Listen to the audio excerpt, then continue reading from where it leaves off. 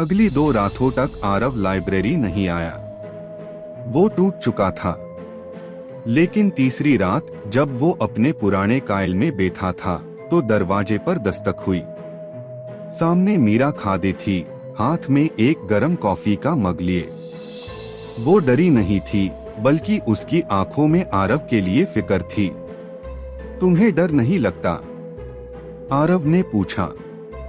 मीरा ने मुस्कुराते हुए उसके ठंडे हाथ को पकड़ा और कहा, डर लगता है, पर इस बात से नहीं कि तुम क्या हो, इस बात से कि तुम मुझे छोड़कर चले गए।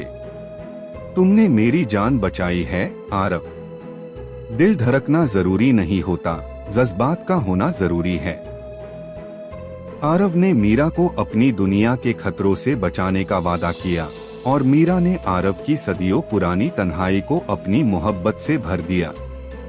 एक वैम्पायर जो कभी सिर्फ अंधेरे में रहता था, अब उसे अपनी जिंदगी की सबसे रोशन चीज मिल गई थी, मीरा का प्यार।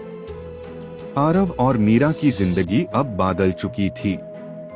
आरव ने मीरा के लिए खुद को बदलना शुरू किया। वो अब रात के अंधेरे से निकलकर ढलते सूरज की हल्की रोशनी डास्क में भी मीरा से मिलने आने लगा। मीरा ने उसकी सदियों पुरानी दुनिया को नए रंगों से भर दिया था। लेकिन एक वैम्पायर और इंसान की मोहब्बत कभी इतनी आसान नहीं होती।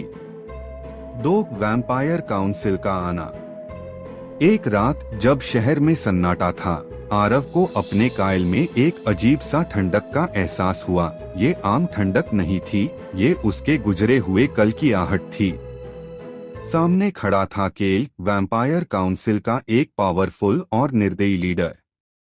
आरव, तुमने हमारे सबसे बड़े कानून को तोड़ा है, केल की आवाज गूंजी। एक इंसान से मोहब्बत? तुम हमारे राज को खतरे में डाल रहे हो।